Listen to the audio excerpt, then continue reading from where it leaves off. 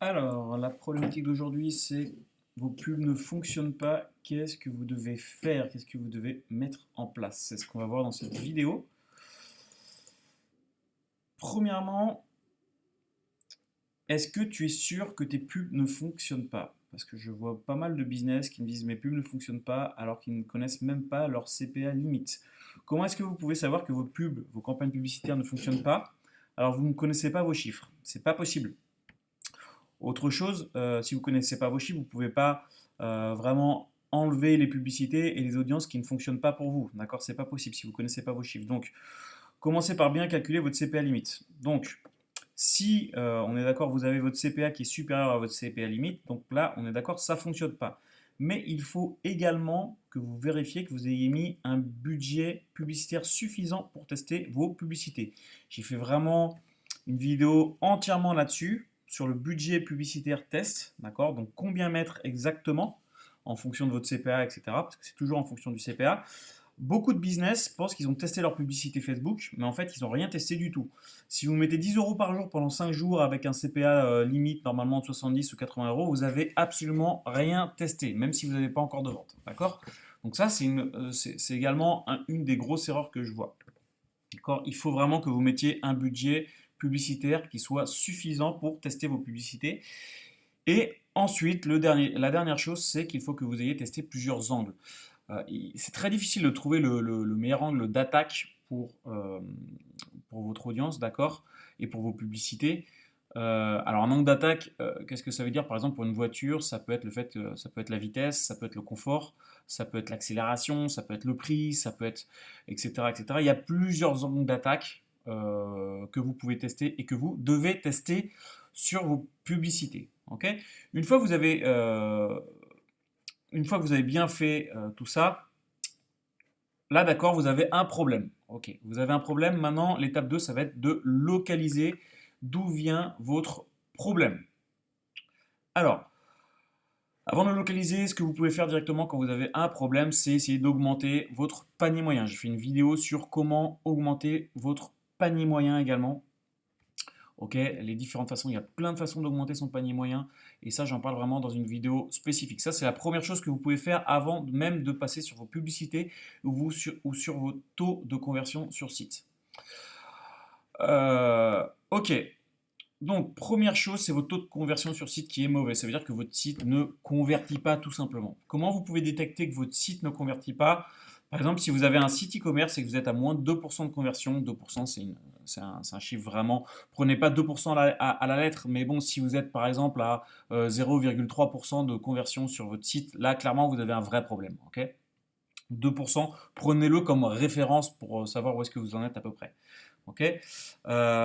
Si vous vendez des infoproduits par exemple, il se peut que votre page de capture d'email, votre page d'opt-in convertissent mal, donc convertissent à moins de 20%, voire à moins de 10%. Là, vous avez un vrai problème sur votre page d'email de conversion. D'accord, on va voir après comment on peut faire pour régler tous ces problèmes-là.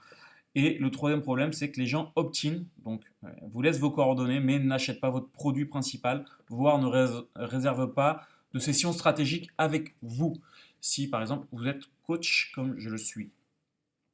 Premier problème, si tu as un site e-commerce et que tu as moins de 2% de taux de conversion, donc le nombre de commandes divisé par la visite du site doit être supérieur à 2% dans l'idéal. Euh, Clairement, ça peut être deux choses. Ton offre irrésistible n'est pas assez irrésistible. Il faut que vraiment que tu augmentes la valeur perçue de ton offre. Donc avec des prix barrés, de la scarcity, ok. Il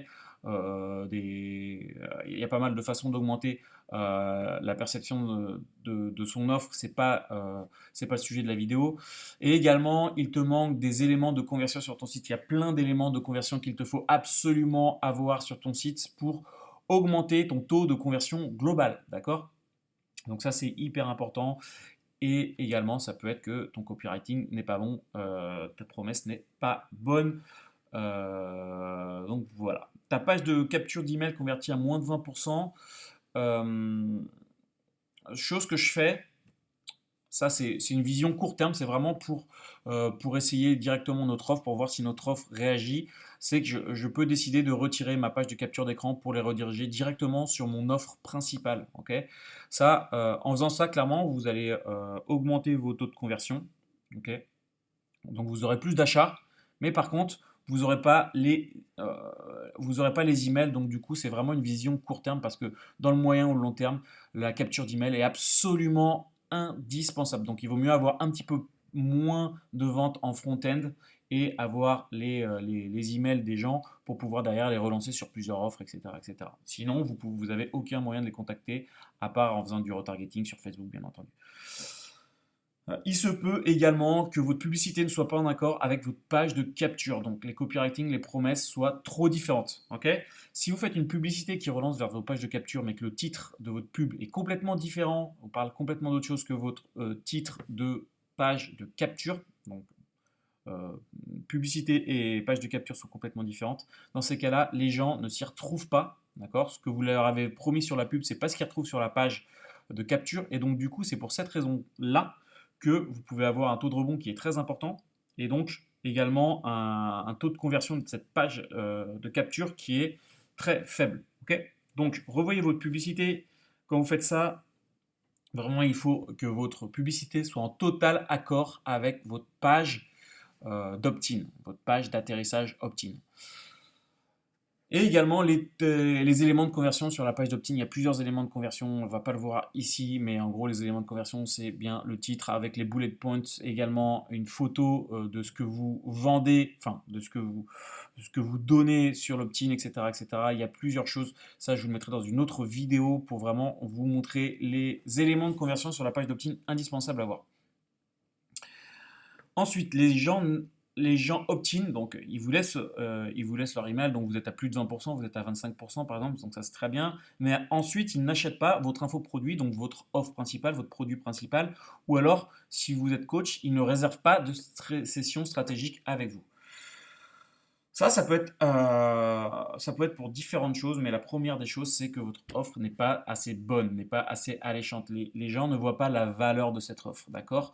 Donc, il faut vraiment essayer de faire une offre qui est complètement irrésistible, mettre de la scarcity, le prix, et puis stacker la valeur. Ça, c'est hyper, hyper important. Également, il peut te manquer des éléments de conversion sur ton site. Il y a plein d'éléments de conversion, d'accord, à mettre. Pareil, on va pas s'attarder là-dessus.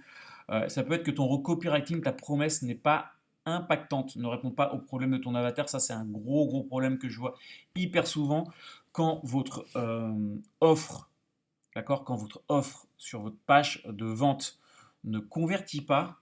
Ok, la première chose que vous devez faire, c'est changer votre promesse, c'est-à-dire votre titre. Ok, c'est que votre promesse n'est pas impactante. En plus, c'est ce qui est le plus facile à changer. Ok, mais sur le titre, j'y reviendrai pareil dans une autre vidéo, donc comment faire un bon titre. Mais il faut d'abord que vous changiez le titre, que vous fassiez une promesse qui soit en total accord avec votre avatar. Ça sous-entend bien entendu de bien connaître votre avatar et les problèmes, les désirs de votre avatar. Sinon, vous ne pouvez pas vraiment écrire un titre, une promesse qui soit percutante. Et également, la dernière des choses, c'est que il se peut que vous n'utilisiez pas le bon élément de conversion, donc objectif de campagne sur vos publicités. Objectif de campagne, donc soyez toujours en conversion achat si vous êtes en e-commerce, ok.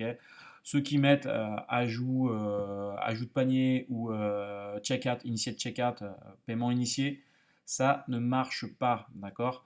Ajout au panier, vous allez avoir que des ajouts au panier, vous n'aurez pas d'achat. Bon, ça sera moins cher, vous aurez des ajouts au panier moins chers, mais vous n'aurez pas d'achat quand même, d'accord. Vous pouvez le tester, testez-le si vous me croyez pas, et puis sinon faites-moi confiance, et comme ça vous irez directement au principal. Donc l'élément de conversion, conversion, achat, achat directement sur votre e-commerce, toujours, toujours, toujours, toujours, que ce soit en retargeting sur votre audience froide. Ceux qui mettent objectif couverture sur retargeting, clairement pour moi ça fonctionne pas. Donc ça peut fonctionner dans certains comptes, mais clairement quand vous avez des grosses audiences de retargeting, ça ne fonctionne pas non plus. Ok.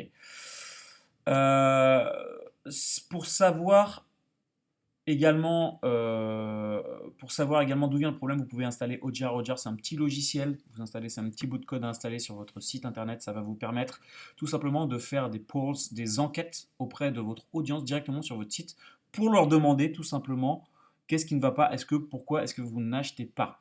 Et là, vous allez avoir les réponses directement de vos prospects qui vont vous dire c'est trop cher, je vois pas la valeur, je te connais pas, etc., etc. Vous allez avoir les vraies réponses de vos prospects, savoir pourquoi est-ce qu'ils n'achètent pas votre produit. Et ça vaut de l'or tout simplement parce que derrière, vous allez pouvoir vraiment accéder aux infos et pouvoir vraiment résoudre le problème. Ok, ça c'est la première chose, donc votre taux de conversion sur site est mauvais. Euh, Ça peut être également que vos pubs sont mauvaises. Donc, vos pubs n'attirent pas assez de trafic sur votre site. Alors, qu'est-ce qu'on peut voir là-dessus? Comment est-ce qu'on peut voir que vos publicités sont mauvaises? D'abord, il se peut que votre CPM soit trop important. Quand vous êtes en conversion achat sur un marché français en audience froide, d'accord, votre CPM doit être entre 5 et 12 à peu près. C'est à peu près l'ordre de grandeur. Si vous êtes à 15 ou à 20 de CPM, clairement, il y a un problème. On va voir le problème après. Ok. Ça peut être également que votre CTR sortant est trop faible. L'objectif en CTR sortant, c'est de 2%. Ok, CTR sortant, hein, je parle, hein, pas du CTR global. Ça n'a rien à voir. Donc CTR sortant de 2%. Donc si vous êtes en dessous de 2%, voire en dessous de 1%, voire en dessous de 0,5%, clairement, ça ne va pas. Vous n'avez pas assez de trafic sur votre site à cause de vos pubs. Ça veut dire que vos pubs ne sont pas bonnes. On va voir derrière comment faire pour augmenter tout ça. Également, il y a une indication sur vos publicités, le taux de conversion sur tes pubs. Ça, c'est une indication que vous pouvez avoir sur Facebook Ads directement dans l'onglet publicité. Il y a une colonne qui s'appelle taux de conversion sur site. Et si vous voyez en dessous de la moyenne, ça veut dire qu'en fait, vos publicités ne convertissent pas bien. Ok. Donc, un CPM trop important, les actions que vous pouvez faire pour faire baisser votre CPM. Il se peut que vous ayez des mauvais commentaires sur vos publicités. Si vous avez des mauvais commentaires sur vos publicités, clairement, Facebook va vous punir pour ça. Ça veut dire que en fait, les utilisateurs n'aiment pas votre pub et donc Facebook va vous punir en augmentant votre CPM, votre coût par 1000 impressions. Ok. Donc ça, c'est une chose qu'il faut absolument que vous voyez, que vous regardiez. Allez sur vos publicités et derrière, supprimez les mauvais commentaires. D'ailleurs, il faut absolument que vous mettiez en place un filtre sur votre page Facebook pour éviter tous les haters.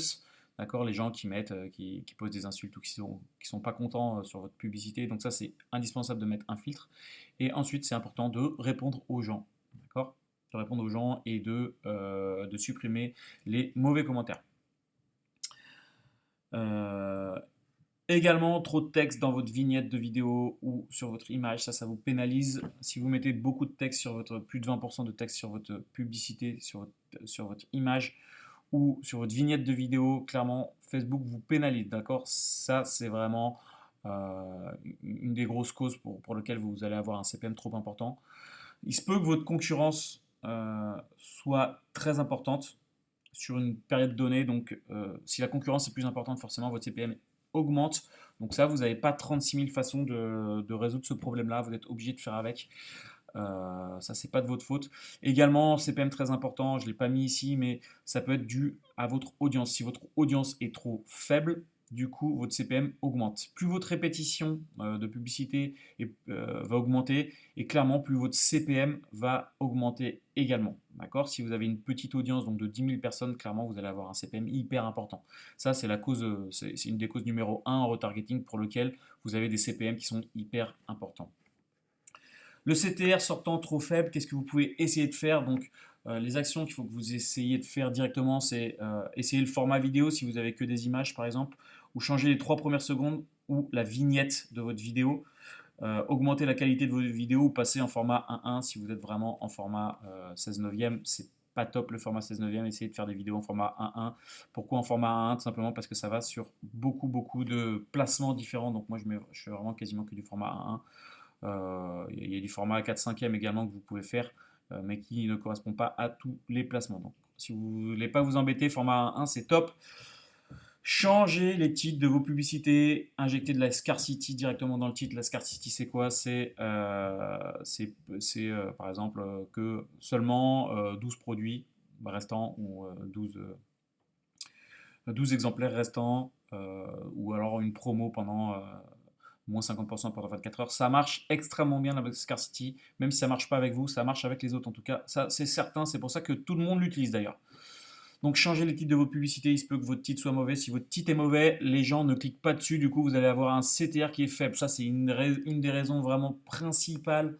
Si votre titre est mauvais, votre CTR sera mauvais. Ok, c'est hyper important. Autre chose sur les titres, ne faites pas un titre putaclic, c'est-à-dire un titre qui n'a rien à voir avec votre produit. Si vous faites ça, vous allez avoir un bon CTR, mais clairement, vous aurez derrière personne qui va acheter votre produit. Ok, c'est important de faire un titre qui soit vraiment en rapport avec ce que vous vendez et le bénéfice principal de ce que vous vendez. Ça, c'est hyper important. Également, il se peut que votre angle d'attaque de vos publicités ne soit pas bon, c'est-à-dire que si vous vendez une voiture, par exemple, vous pouvez utiliser l'angle d'attaque du prix, l'angle d'attaque de la commodité, de l'accélération, de la vitesse, voilà, du confort, etc., etc. Et il se peut que l'angle d'attaque que vous avez utilisé ne touche pas votre audience. Votre audience n'est pas forcément touchée par rapport à ça. Et donc du coup, c'est pour ça que vous avez un CTR sortant qui est faible. Voilà par rapport à ça, c'est une première vidéo de ce que je peux vous dire. Si vous voulez aller plus loin, bien entendu, vous pouvez déjà télécharger cette mind map, c'est gratuit, comme ça vous aurez ça déjà sous le coude. Et également, je fais des coachings, mais ça, je vous en parlerai dans un deuxième temps. Salut à tous!